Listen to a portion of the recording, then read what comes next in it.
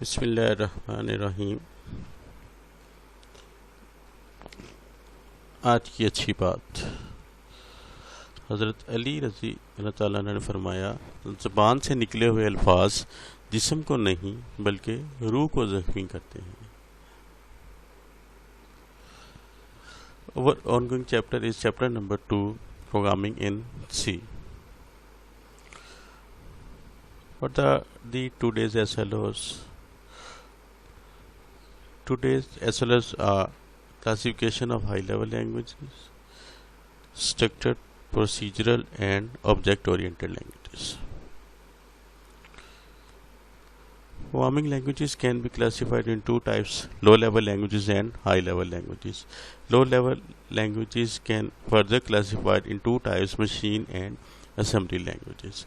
And high-level languages are COBOL, Fortran, C, C++, Java, Visual Basic, Pascal. Classification of high-level languages. High-level languages can be classified into three categories: structured languages, procedural languages, and object-oriented languages.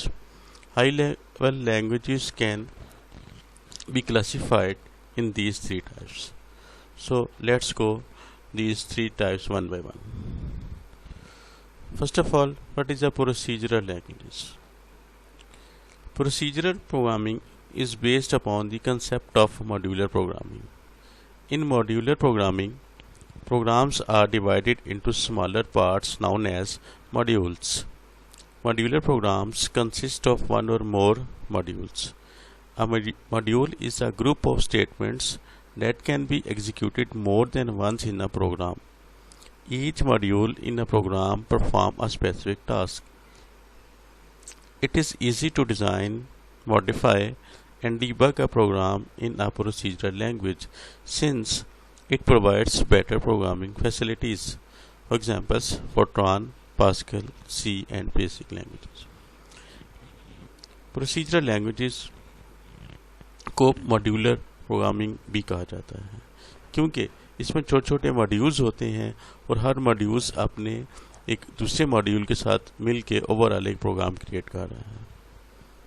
एक module के अंदर बहुत सारी group of statements होते हैं जिनको उसी statement जो ग्रुप ऑफ स्टेटमेंट्स होते हैं वो वन बाय वन एग्जीक्यूट होते हैं और एक वो पूरा मॉड्यूल बन जाता है, मीन के वो एक पूरा फंक्शन बन जाता है इसमें। It is easy to design, modify, and debug a program. For example, procedural languages. Procedure languages का मतलब प्रोसीजर से निकला है। Procedural languages प्रोसीजर से निकला है। प्रोसीजर कहते हैं एक ख़ास तरीक़ेकार, एक ख़ास मेथड को। प्रोसीजर लैंग्वेज के अंदर सीक्वेंस ऑफ स्टेटमेंट्स होती हैं। सीक्वेंस ऑफ स्टेटमेंट्स यानी स्टेटमेंट की एक तरतीब होती है और ये स्टेटमेंट्स मिलके इसी तरतीब के साथ प्रोसेस होती हैं। प्रोसेस होने के बाद वो एक प्रोसीजर बना लेती है, यानी स्टेटमेंट 1, स्टेटमेंट 2, स्टेटमेंट जितनी भी सारी स्टेटमेंट्स होंगी वो सारी एग्जीक्यूट होंगी और सारी मिलके फिर एक प्रोसीजर क्रिएट कर लेंगी। इसीलिए इसको प्रोसीजरल लैंग्वेज भी कहा जाता है और इसे मेथड भी कहते हैं, मेथड लैंग्वेज भी कहा जाता है, मेथड सीक्वेंस भी कहा जाता है। मिसाल के तौर पे हमने दो नंबर्स को ऐड करवाना है तो इसमें हमारे पास दो नंबर को हम पहले डिफाइन करेंगे।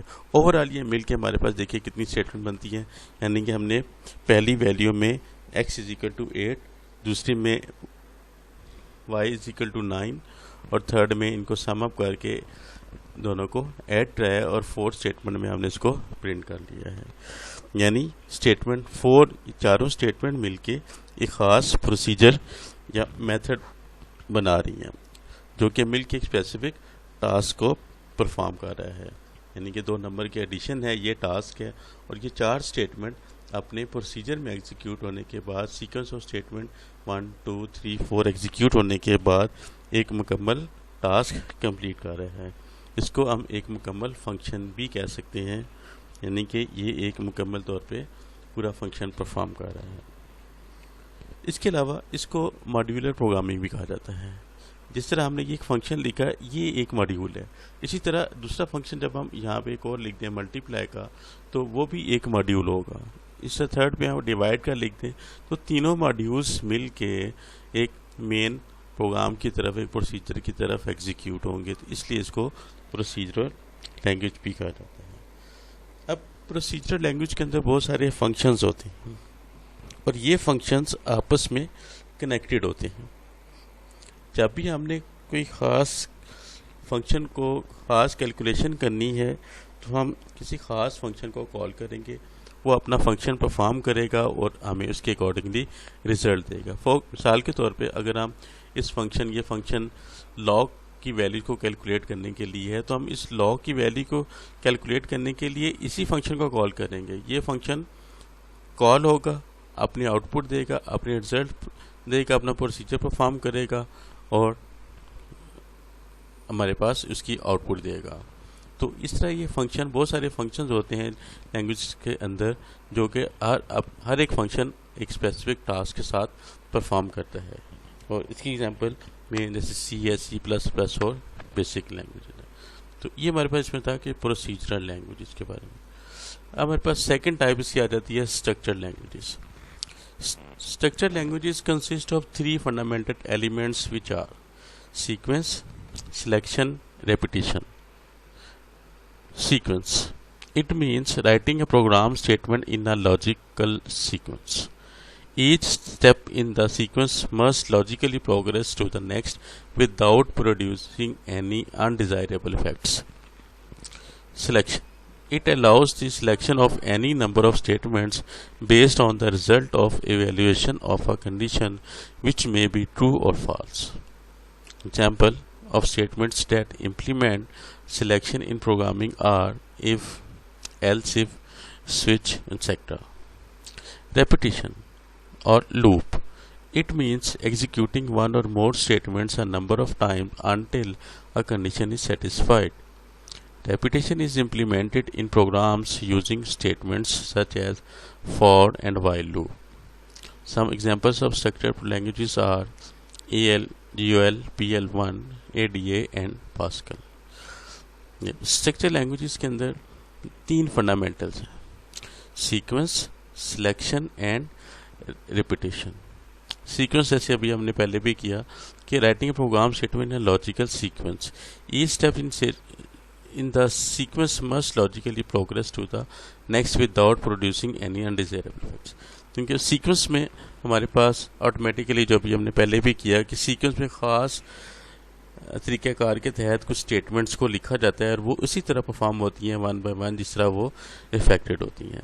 जबकि सिलेक्शन एंड रेपिटेशन में सीक्वेंस में वो आ गया। सिलेक्शन एंड रेपिटेशन, जितनी भी सारी स्टेटमेंट्स हैं वो स्ट्रक्चर होता है। सिलेक्शन और रेपिटेशन के अंदर वो स्ट्रक्चर होता है जिसमें कुछ कंडीशंस होती हैं, कोई ना कोई कंडीशन फॉलोअप होने के बाद वो सिलेक्शन की तरफ सिलेक्ट करने के लिए और उसको रिपीट करने के लिए until certain condition is satisfied repeat करता रहेगा। आगे हमने इसमें सी लैंग्वेज के अंदर जब हम प्रोग्राम लिखेंगे तो उसमें देखेंगे कि कंडीशनल, जितनी भी सारी सिलेक्शन और रेपिटेशन के साथ कंडीशन स्टेटमेंट्स एग्जीक्यूट होती हैं, उनकी क्या इंपॉर्टेंस होती है। मिसाल के तौर पे हमने ये 4 स्टेटमेंट्स लिखी, ये सीक्वेंस में है कि एक स्टेटमेंट से थर्ड स्टेटमेंट या फोर्थ स्टेटमेंट से वन स्टेटमेंट पे जंप करने के लिए हमारे पास स्टेटमेंट का सीक्वेंस टूट जाएगा। क्यों? क्योंकि वो कंडीशन को चेक करेगा। तो जब तक कंडीशन फुलफिल नहीं होगी अनटिल वो रेपिटेशन के ऊपर, दूसरे फंक्शन के ऊपर, दूसरे सीक्वेंस के ऊपर जंप करता जाएगा। फॉर एग्जांपल जैसे यहाँ पे हम अपने मार्क्स की बात करें कि अगर तो मार्क्स 40 से ज़्यादा हैं तो पास, अदरवाइज फेल।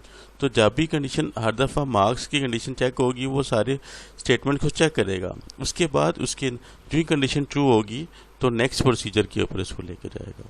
तो ये फर्दर हम जब हम सी लैंग्वेज के अंदर प्रोग्रामिंग करेंगे तो उसमें हमारे पास कंडीशन के बहुत इंपॉर्टेंस है। तो उसमें कंडीशन के रेपिटेशंस और सिलेक्शन के दोनों की प्रोग्राम्स होंगे, जिसमें ये स्ट्रक्चर्ड लैंग्वेज के अंदर एक दो सिलेक्शन और रेपिटेशन प्रोग्रामिंग होगी। थर्ड हमारे पास आ गई टाइप इसकी object oriented languages. What is OOPS, Object Oriented Programming Structures. Object Oriented Programming refers to a programming method that is based on objects such as a student, vehicles, building, etc. Object Oriented Programming languages provide a set of rules for defining and managing objects. An object can be considered a thing that can perform a set of activities. For example, the object vehicle can be defined as an object that has a number of wheels, number of doors, color, number of seats, etc. The set of activities that can be performed on this object include stair, accelerator, brake, etc. Complicated and large computer programs are difficult to design, develop, maintain, and debug.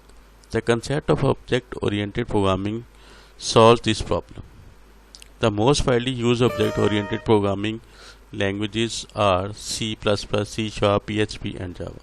The object-oriented language, इसको OOPS language कहा जाता है जिसके अंदर एक object base का रहा होता है, यानी कि स्टूडेंट। अब स्टूडेंट, व्हीकल, बिल्डिंग एक ऑब्जेक्ट है। इसके अंदर फर्दर इसकी क्लासिफिकेशन है कि स्टूडेंट, व्हीकल, बिल्डिंग की क्या क्या प्रॉपर्टीज़ हैं, व्हीकल की क्या क्या, जैसे यहाँ पे एग्जांपल दी गई है कि व्हीकल एक ऑब्जेक्ट है, उसके अंदर उसकी जो प्रॉपर्टीज़ हैं, ये नंबर ऑफ डोर्स कितने हैं, कलर क्या है, उसका नंबर ऑफ सीट्स कितनी है, वो सारी एक ऑब्जेक्ट के अंदर, व्हीकल के अंदर इसकी प्रॉपर्टीज़ हैं, वो एक ऑब्जेक्ट है। जब भी हम व्हीकल को यूज़ करेंगे इट्स मीन के ये सारी इसकी प्रॉपर्टीज़ हैं। तो जैसे कि हम इसकी सीक्वेंस और स्टेटमेंट बनाने के, हर एक कुछ मॉड्यूल बनाने के, सेपरेट मॉड्यूल बनाने के हम एक ऑब्जेक्ट को यूज़ कर लेंगे जिसके अंदर ये सारी प्रोग्रामिंग, ये सारी जितने भी इसकी प्रॉपर्टीज़ हैं वो सारी इंक्लूड होंगी। ठीक है, जो कि अभी जितने भी सारी लैंग्वेजेस हैं वो ऑब्जेक्ट ओरिएंटेड लैंग्वेजेस बेस्ड आ रही हैं, क्योंकि इसके अंदर ऑलरेडी ऑब्जेक्ट्स बिल्ट इन होते हैं। जस्ट हमने ऑब्जेक्ट को कॉल करना होता है, उसके अंदर जितनी सारी प्रॉपर्टीज़ होती हैं वो इंक्लूड हो जाती हैं। High level languages, let's watch this video for further explanation of object oriented languages. Take a look at high-level languages which are portable and statements are in English-like language, making it convenient to use. These include C#, Java, Python, etc. The amount of abstraction provided defines how high-level a programming language is. The high-level languages are also of two types, procedural language and object-oriented language. In procedural language, the program is written in terms of sequence of steps to solve the problem. For example, steps given in a recipe or sequence of steps you follow when you wake up. In object-oriented languages, program is written as interaction of functions between participating objects. For example, in the steps for morning schedule, you have three objects, eye, fridge, and microwave. Each of them maintain their own internal data and expose some functions which others can use. These functions are performed by each of them to perform the sequence of steps. Procedural languages follow a top-down approach with more focus on functions. Object-oriented languages follow a bottom-up approach where there is more focus on data. The disadvantage of procedural language is that data is not secure. Code is interdependent, which makes reuse difficult. Object-oriented languages model real world, so is easier to relate to. It helps in wrapping data and functions in a class, which helps build secure programs. Code is modular and can be extended for reuse. A code in high-level language. Today's assignment: define procedural languages, write down the definition of structured programming languages and its types, Write a note on object oriented language. Thanks.